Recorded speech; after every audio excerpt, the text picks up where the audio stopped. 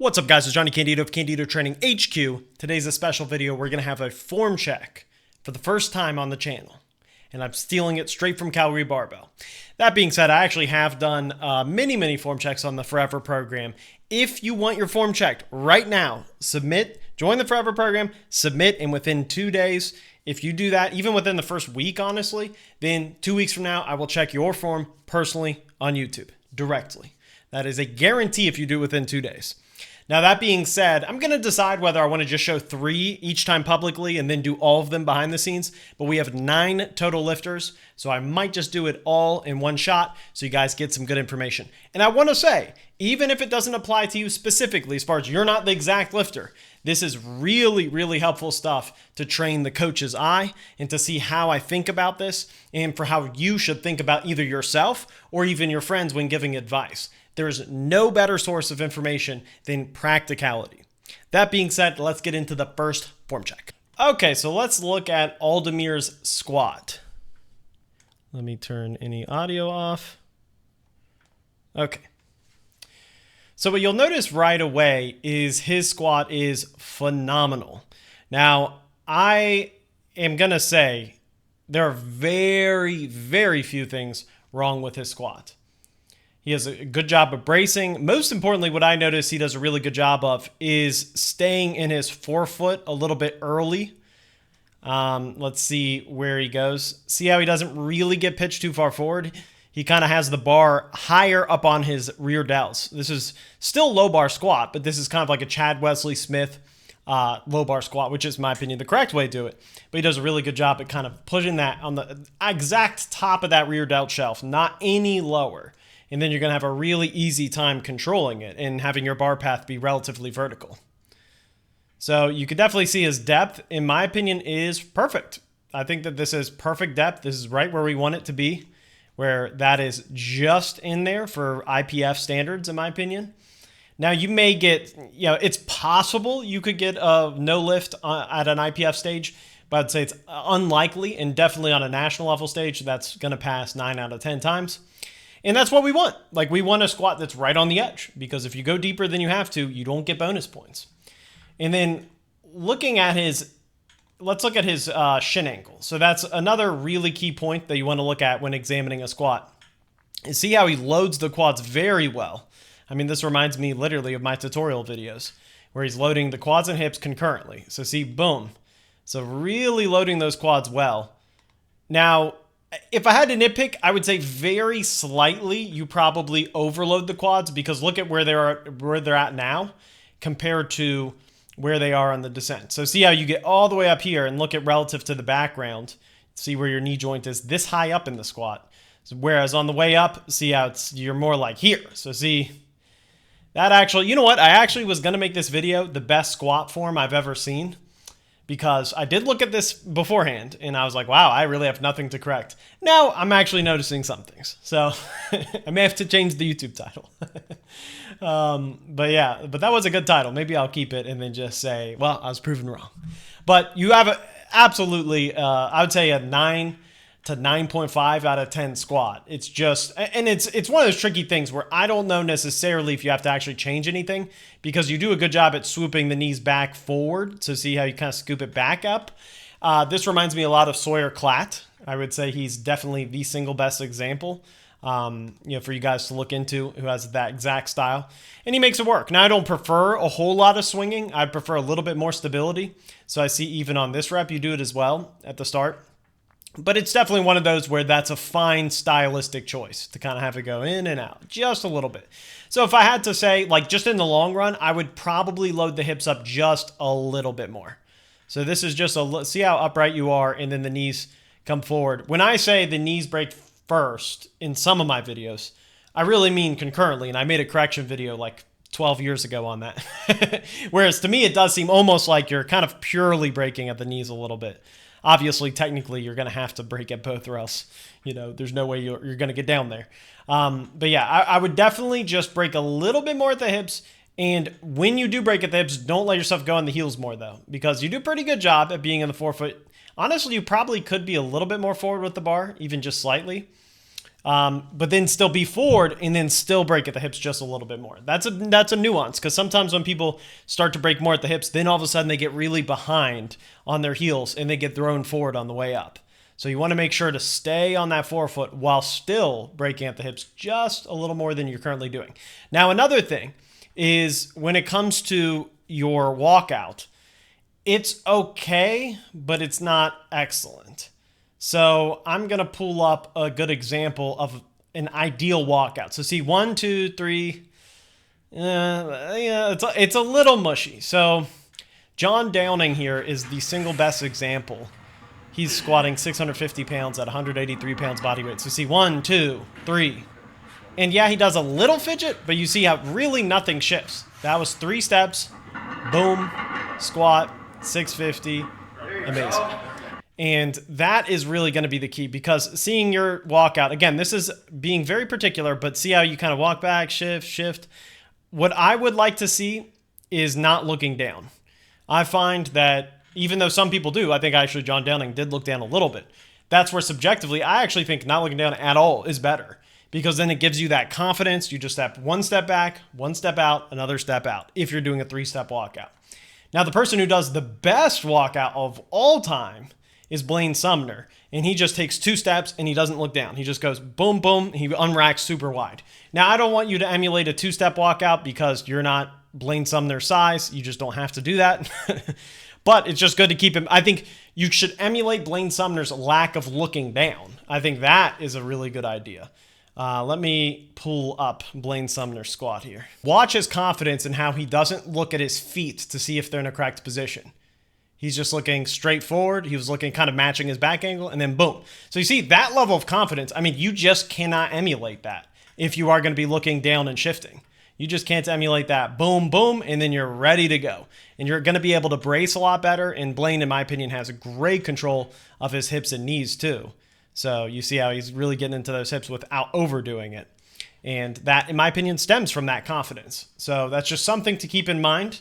And again, that's moving towards perfection. I mean, this is the last 0.5 of your squat to get it from extremely good to absolutely perfect. Now, that being said, the only other thing I noticed was your brace on 1 rep was a little bit rushed. But again, that's how particular we're getting. So see, for the most part, you brace well, breathe in, punch. You know, that one you could have done slightly better. I forget which one was actually bad. I think it was maybe this one. Let's see. No, that's pretty good. So see, you actually do a pretty good job at bracing, so I think that was the worst one. So definitely not bad. I mean, the biggest thing is that you do a great job overall at balancing the quads and hips on the way up, especially. You do a good job at not getting off your heels. I actually don't mind seeing a little bit of pressure shifting forward. That's very common. I actually saw that with Ray Williams in person in the warm-up room. He kind of actually shifts literally off his heels a little bit because he has flats. And that's totally fine. Like, that's the best squatter of all time. And I've noticed that trait very common. I actually think worse squatters tend to be on their heels more. So you just do a really good job. And what you do a fantastic job of is your back position. So notice how he's not overarching his back at all. You're really doing a good job at staying neutral and then bracing in the gut and then punching your belt. So let's see. Boom, punch that belt. I mean, you could give it a little bit more time, but that's still pretty good. Punch the belt and look at this position. I mean, this is a perfectly neutral back. And because of that lack of overarching, like you're not overarching, now you're able to fight through without any issue. And again, I think you are pitched a little bit forward just because you could be a little bit more forward on the descent. So it's not a difference in back position in terms of within your spine, just a difference in the level of hip hinge a little bit. So that's it. That's a really, really good squat. Okay, so now let's look at your bench press. So the first thing I notice with your bench is this pad is horrific. Now, obviously, we got to work with what we have, but this is so bad because there's multiple joints to this bench rather than one flat bench. And your shoulders look like they're kind of stuck in between 2 parts. It's going to affect your arch, having one part be more padded than the other. I would say if you absolutely had to, I'd rather see you pull out a flat freestanding bench and then pair that with a squat rack than use this, because this is such a detriment. But obviously you have to make work with what you can. One thing I will say that you do a very good job of is flaring out the elbows on bench. So A lot of people overtuck, and you are not one of them. You do a really good job at having some internal rotation while still having enough external rotation at the scapula to get your lats tight. But overall, we want a decent amount of flare because our chest is strong. And ultimately, we're going to end in a flared position anyways. So you do a good job, see, especially mid-lift, at really getting that flared out and taking advantage of your chest. Now, the biggest flaw that I see in your bench is this resetting of the scapula. Now, I've seen Lane Norton do this. It's a minority technique, and in my opinion, it's a minority technique for a reason. Almost no top-level powerlifter does this constant resetting in between reps. And I would say JP Cutchy is a great one who advises actually holding your breath for all reps, especially to avoid this. But then also Sebastian Oreb does the best job of explaining it.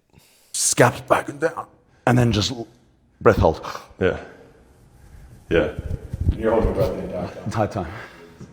Because when I exhale, my rib cage drops. And the shoulder blades protract. Because I've got a heavy weight in my hand and I'm laying on a bench, I'm able to retract. So I want to lock it in position from the start.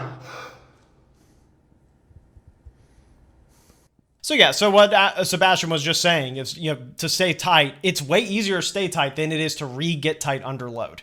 And I think you can see this where, yeah, like obviously you're able to reach each time. And to sometimes it's nice to think about re-reaching, but you really don't want to voluntarily let yourself just let go so much in between reps. And if you are going to re-reach, I would actually rather you reach a little bit with your chest as you're going down with it rather than in between reps. So stay up, and then if anything, just up a little bit more, touch, press, staying tight. And then as you go down just a little bit more, Calgary Barbell actually has a really good video on that topic as well. So not a fan of this resetting. I just don't think it's a wise idea. I don't think it's as efficient as possible. Everything else looks pretty good. Now, I can't tell as far as your grip width how fitting it is for your height. These barbells, just be careful. These barbells tend to be marked weirdly because you have no center knurling. It has 2 knurls. It's kind of like an Olympic barbell, but it looks like a pretty cheap commercial gym.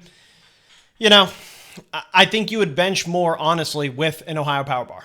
And yeah, it's one of those where I know obviously it depends on what people can afford, what type of situation they could be in, but it has a real effect. If you have a competition, if you have a Texas Strength Systems bench press, and then also an Ohio Power Bar, Zinc Ohio Power Bar Crispy, and then maybe even put chalk in your hands, you will bench more. You will hit a 10-pound PR day one.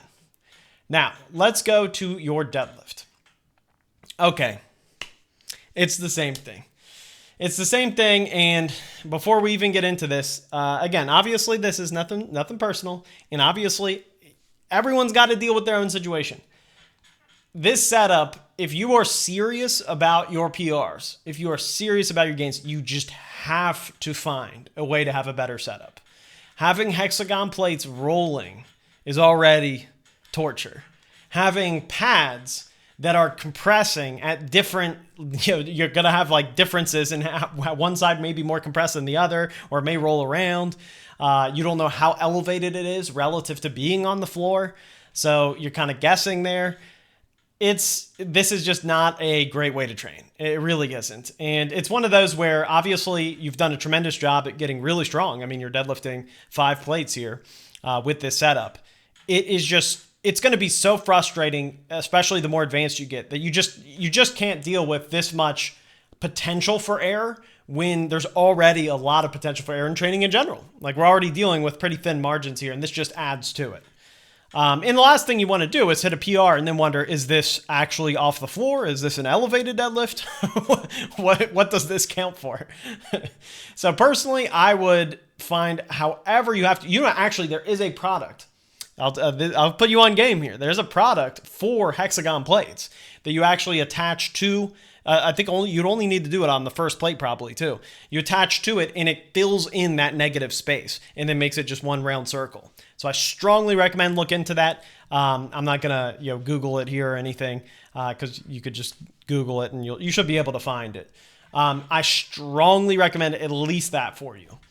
And I do recommend, again, a powerlifting bar would just do you wonders, because without it, it really is hard to normalize things. And a lot of times Olympic bars can roll weirdly. And I do even see the effects of that at the first rep. So see how your first rep kind of kicks out? I mean, it is such an awkward thing when the bar has like no natural rolling potential, and see how it like kind of jumps forward. It's just tough. That being said, I also recommend that you deadlift with slippers instead of Converse. So even though Converse are pretty good, they're not the best. The best would be to have slippers so that you have great traction, but then also absolutely adding zero extra, or as close to zero as possible, extra thickness. You could also use, there are some other dedicated deadlift shoes that are really good. I forget which one they sent me that I did a video with Nico Flores on, but they were really good, and they're pretty thin, not as thin as slippers though. So the main point is Converse really is, in my opinion, an unacceptable option since there's just so many more optimal options.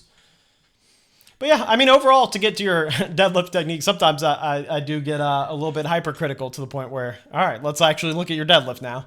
But these are points that really will help you. And these are points that are in the macro, because a lot of times the micro stuff doesn't matter as much. If the macro isn't there, the micro stuff doesn't really do much. Now, that being said, I do like your belt placement. I do like the way that you have just enough spacing between you and the bar. You don't cramp the bar up too much. You give just enough space. I don't love the way you sit on your heels here. I see you're kind of sitting like you kind of have a good, I like this position, but then when you get into position, you kind of squat down a little bit. Rather than, see how you squat down, you kind of get on your heels and then you push. I think the knees are a little too far forward. So I'd rather you think about having higher hips anchoring and then rocking back while being anchored and into your hip hinge. So see here, you're kind of, I mean, this is a pretty squatty deadlift position, and you're definitely going to have to get pitched forward before, I mean, look at how far your shoulders are behind the bar. You're going to have to get pitched forward. So see, then you get to here. So the problem is when you're here, now you're too far forward. So this is the cost of being too far on your heels. If you get really far on your heels, everything's behind the bar, then you get pushed forward. Now you're both getting thrown forward and your shin angle is still forward. So the whole system shifted forward. So it doesn't correct organically. Whereas if you do keep your hips a little bit higher and then rock back, even if your shoulders are behind the bar, but your hips are high, now if you get pitched forward, you're still maintaining the bar being closer to you because you're not squatted with those knees forward. Right now, the knees are too forward is the number one thing. So because of that, I would say this position probably feels uncomfortable. I would guess you tend to miss around here because this is going to be where you're really going to pay for that. And I mean, your back position, honestly, is pretty good. Like your torso rigidity is good for how difficult of a position that was at the start. You end up not in a bad spot. Typically, people with that style tend to actually really have a rounded back by this point. This is okay, I will say. So your lockout's good. I love that belt position, that George Lehman high belt position. That looks great. And overall, your deadlift looks great. I just like to see it get more hingy, less squatty. Higher hips, still do the rock back. That's still fine. I like this rock back and kind of, if anything, you do want your hips to be ever so slightly too low, relative, but you want those knees to be relatively tightly restricted. Okay, so this is a super old video of mine, but see how I do a good job here at rocking back and see how my hips go down more than they will be probably with a heavy enough load. But see how because I'm keeping my hips high relative, and I'm rocking back into that hip hinge as opposed to getting squatty with it, I'm still able to keep those shins relatively vertical. Still, you want your knees forward just enough, obviously, to where your shins are touching the bar. But see how the bar is so much closer to me here. And again, even though I brought those hips down a little bit lower than I had to, which is fine, I'm still close to the bar and no squattiness. So that's going to be the key. So if we compare where this is, again, let's compare where this is, and especially after it pops off the ground. So see there? Let's compare that to yours. See how you can see that difference in closeness to where I could still round my upper back like how you did, and then I'd be able to even get those hips up higher while still being in my glutes and hamstrings just the same because of that shin angle being regulated. It would just elongate my arms. So there's probably a better world where we have your upper back position and my hip position and really optimize for your efficiency. Okay, up next we have Henry Tam. Henry says, "Howdy, Johnny. Glad to see you back on the Forever program. And congratulations on baby Candido. Thank you very much. Just competed 2026 PLU Nationals this weekend and had excellent results. Added over 100 pounds to my total since jumping on the Forever Program train in February of 2025 and still hungry for more progress. That's what I'm talking about. Squat, still struggling with keeping center of mass / bar path straight. Any form tips besides switching to low bar and flat shoes? Now, I probably already gave that advice because I think I have form checked him before. Now, I'll skip to the third squat. I did watch the first two off camera a little bit, but I'll skip to the third and hardest squat here. So first of all, excellent walkout. Fantastic walkout. Now, excellent depth. So this is a good example of a phenomenal squat. This is a really, really, really good squat and a strong squat. Nice 418-pound squat at 75 kilograms. That's really solid, and especially with this good of technique. Now, I think your advice, as far as that recap of advice, low bar with flats, that is pretty much it. So low bar with flats, you definitely will be able to lift more, and you will be able to cut your depth just a little bit more. I think you should be able to cut depth right here. Now, obviously, it depends, on the circumstance. It's possible. Sometimes refs are giving people a hard time. But I would say this probably is going to be good. I think this is clearly good. And let's see how much deeper you go than this. Boom. So see? So easily cutting your depth. 100% will be the number one factor combined with the low bar. Because if you cut your depth with high bar, sometimes it gets a little tricky. Now, you do a fantastic job at staying in your quads. So you really do have the style of squat that the first lifter, when I said the best squat I've ever seen, maybe I'll give it to you. Maybe I'll keep that in the YouTube title. So people will be thinking, oh, he just kept that in the title despite saying it's not. No, you are. So it still is. So I'd say this is the best squat I've ever seen, probably in terms of form checks, especially if we're not counting for the fact of optimizing efficiency and we're just looking at fundamentals. You have everything down well. You have a perfect walkout. See, boom, boom. 3-step walkout, no mistake.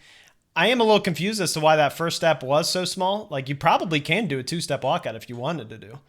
Because typically with the 3-step walkout, the first step is as far back as you need. And then the second step is outside. And then the third step is out lateral again. That typically is how it works. But what you're doing is fine. Just a little note. And the way that you brace, see that bracing, that is perfect. You really let yourself compress under that load, and you also brace in the abs against the belt. You don't overextend the back at all. Perfect stuff. And then you honestly have a tremendously symmetrical squat too, from what I can tell. There's no shiftiness, nothing weird. And then again, you really stay in the quads phenomenally. And that is a gift that typically Asian men have more than others. You have those strong quads, and that's a fantastic squat, like I said. So I definitely think the low bar is a good idea, and I think you'll have a fantastic low bar. I think low bar, and then if anything, you may end up widening your stance very, very minorly as you go to low bar. But I wouldn't force it. I would just be mindful that would make sense. Because right now, this is perfect, and your quad strength is amazing. That grind is phenomenal, and congratulations on the progress. That is honestly a beautiful squat. Now, let's look at the bench press. You say bench still struggling to cleanly pause on the chest for a quick press command. Okay, so you have a shoulder issue. My right shoulder is more flexible, so you have an issue at the bottom. So let's see. That looks pretty good. Let's skip to your last bench. I don't really see asymmetry that's that big of a deal here as far as your right shoulder versus your left. The biggest thing that stands out to me, and I don't know if we've ever talked about this, but I think your grip width it is really narrow for your weight class. I forget, again, forgive me if I've said something similar to you before on this, but for 75 kilograms as a lifter, you are almost certainly going to be stronger, wider. And I did one time a study myself on this, on looking at the top 15 or 20 lifters in each weight class. And the amount with this narrow of a grip is only Jason Maninoff is the only person somewhat close to this. And even he, I think, is wider than this. Every single of the top 20 in your weight class grips wider than you on bench. So anytime that's the case, just grip wider. I'm not a fan of being an outlier relative to the top of the world in almost any endeavor, unless you have a really good reason for why you're unique. So I think that'll actually help with you when it comes to pausing on your chest and getting a quicker press command. Because what can happen is when you do grip a little bit narrower is it can start to be this little bit of a drop to get to that bottom position and that loss of tightness just because it is from the grip width kind of collapsing in and the elbows kind of collapsing because you actually get so much bench depth. You know, the elbow gets so deep that it's harder to control. It's just like a squat where once you get to ass to grass, then it kind of folds and you rely on the stretch reflex. It's actually pretty similar when it comes to the chest. And a lot of people don't think about that. So if you widen that out, it would stretch the pec a little bit more in the bottom position rather than just stretching the tricep. And in my opinion, you would have a far more even bench press. And ultimately, I mean, look, you have a lot of potential to add more weight onto the bar when it comes to bench because that was really smooth. And that, again, is a testament to benching with a wider grip, is you should be able to grind better than this. Like this, I mean, honestly, your opener is fine. That's fine as an opener to have it be that easy. But that second attempt, in my opinion, is a little too easy. I think that's a little too easy. I think that your opener was fine. Again, go a little bit heavier on that second. And then that last, I think you could have added 5 kilograms directly. And if you couldn't, then that shows that that's an issue with the grip width. Because, again, this is really smooth. So I'm looking again. I don't really see any difference. So you said as far as the right and left. My right shoulder seems more flexible, so usually dips more at the bottom of the range of motion. Yeah, I mean, I just don't even see that. Like, I literally think actually your left might be very, very slightly dipped more than the right in this still shot. So I think what you are saying might have been true for one of them or for the very initial period, but yeah, definitely not a big issue at all here. At all. And sometimes those oddities just work themselves out. Now, if I were you, one thing I would consider, instead of doing close grip bench or feet up bench, I would strongly consider widening your grip in general. You know, like I said, I would beyond strongly consider, I'd almost certainly do that. But what I would strongly consider as an accessory to do a bench with an attachment to shorten that range of motion. So with bench blocks. So have a bench block in the middle and then have either 1 or 2 or even like up to 3. But then that will really help you focus on symmetry more naturally as well. Like a lot of times doing either pin presses or block presses, that actually will naturally help you figure that out because now you're just adding in another movement, you're relearning that coordination, and sometimes shortening that range of motion will help you build tightness and help you build symmetry rather than, because sometimes you just get used to the one big swooping motion, and that's where those bad habits remain bad habits. Like in my opinion, I've actually noticed a lot of Olympic lifters, they tend to have the most corkscrewing squats. I think Clarence Kennedy or Clarence, is Kennedy's last name? I think Clarence, the weightlifter, I think he even had issues with kind of rotating to one knee. And that tends to happen, I notice, when people do push towards that end of their flexibility. So to your point, as far as one shoulder being more flexible than the other, even if that is the case, we shouldn't be finding that out. That shouldn't be the limiting factor to your positioning. So that, again, is even more reason to just widen that grip width. At least, I would say at least 2 fingers widening. And look at just how inward your wrists are relative to your elbows. That is just not, there's just no world where that could be optimal, especially for your body weight. So that's, overall, obviously, really good things, just making those top-down decisions. And it is exciting because you've added so much strength and you still have a tremendous amount of efficiency to gain.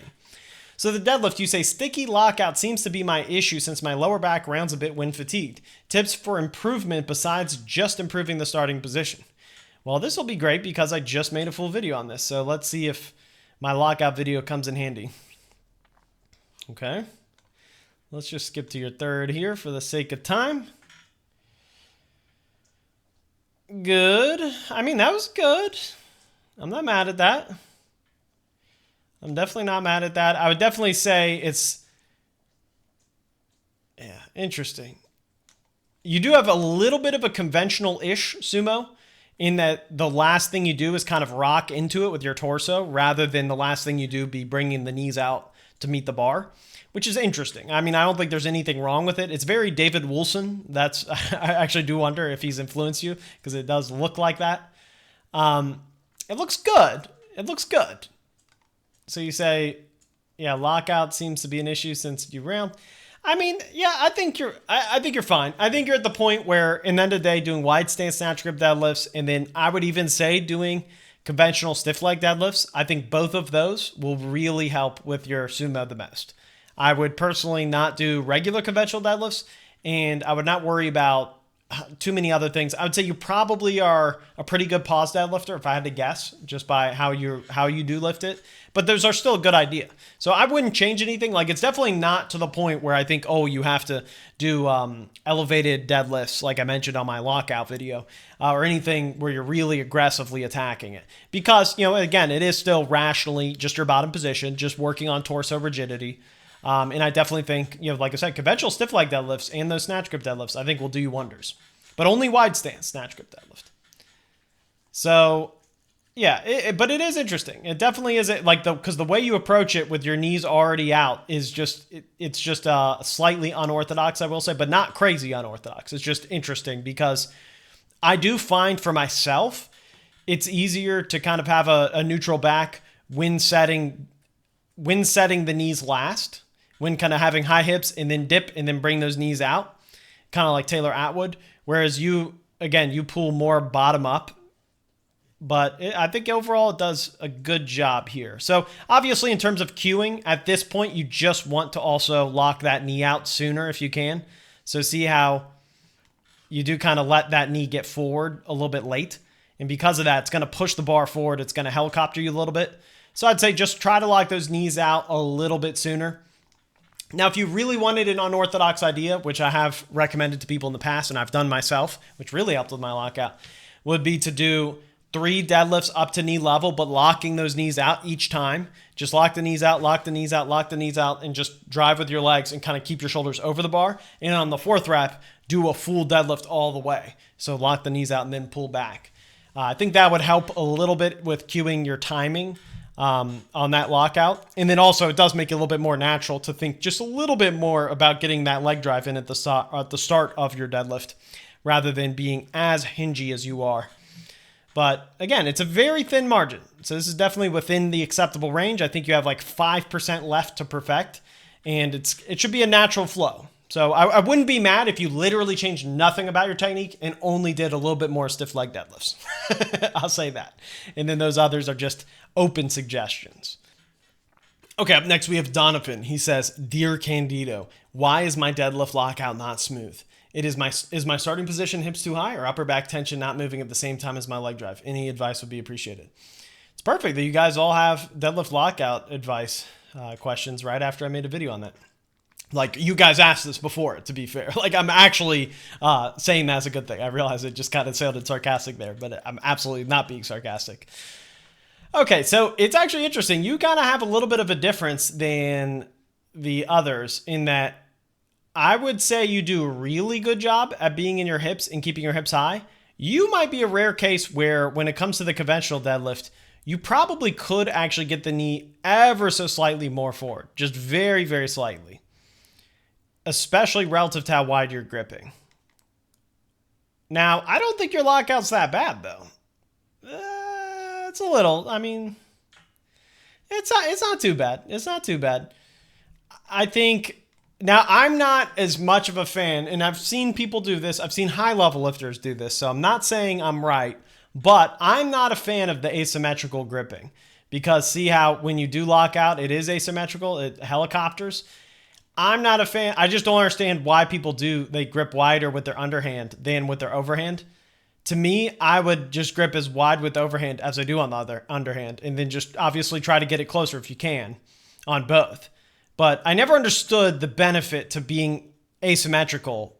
Even if you're trying to get that overhand arm longer, it's still going to cost you more, in my opinion, from doing that than if you just made it symmetrical and kind of shorter armed it. So that being said, I would like to see, I think you could just get that grip a little bit narrower, especially on that underhand.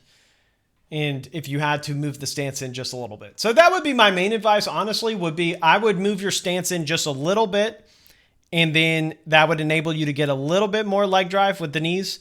And then it would enable you to bring those arms in just a little bit more and then keep those hips up high relative. And I actually think your back position is fantastic. I mean, it is really, really good. So I like the way you have some upper back. I mean, it's not even really that much upper back rounding. You just have a big ass upper back. You just have a lot of muscle. And yeah, the top there, you know, it gets a little bit sloppy. So for you, I mean, the biggest thing that I would recommend for you is I think you are the prime case in the video where I mentioned the elevated deadlift. I would have you do elevated deadlifts. I think you should replace whatever accessory slot with a barbell, whatever variation slot with elevated deadlifts. Even if it's, let's say you're running the 10-week program, I would like to see, instead of pause deadlifts, elevated deadlifts.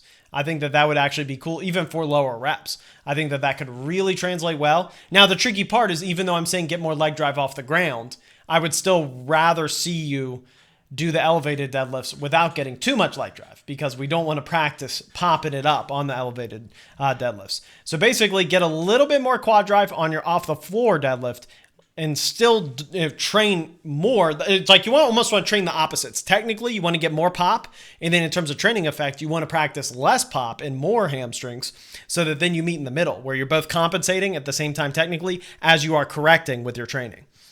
So hopefully that made sense. But yeah, that is a great question. Obviously, very strong deadlift, and you're a strong gentleman overall. I definitely think that you can achieve this, though. I definitely think that you can get this smoother. I don't think it's as bad as you're saying. And yeah, I think those elevated deadlifts really could be the key for you. But it is interesting that your position here is just a little bit tough. I mean, that is a very forward back position, while at the same time, there's not really that much that's actually wrong with it. But again, I think that's why having those knees a little bit more forward. And I think that it might be wise to start with the bar very slightly farther forward and then just let those shins meet the bar. Right now, it seems like there's kind of space between you and the bar, is there not? Especially on this side, on your underhand side. So I think this is also where the symmetrical grip should fix this issue, that you want your shins in contact with the bar on both sides throughout. Whereas to me, it looks like it's close on the overhand side and farther away on the underhand side, and therefore causing that issue of it shifting back and forth once it gets past your knees. So hopefully this helps. Like I said, I would narrow the stance a little bit more forward knees in the bottom position, elevated deadlifts for the training effect, and then also a narrower grip. That's it, guys, for the YouTube video. Just 3 lifters there. It's already probably a long video.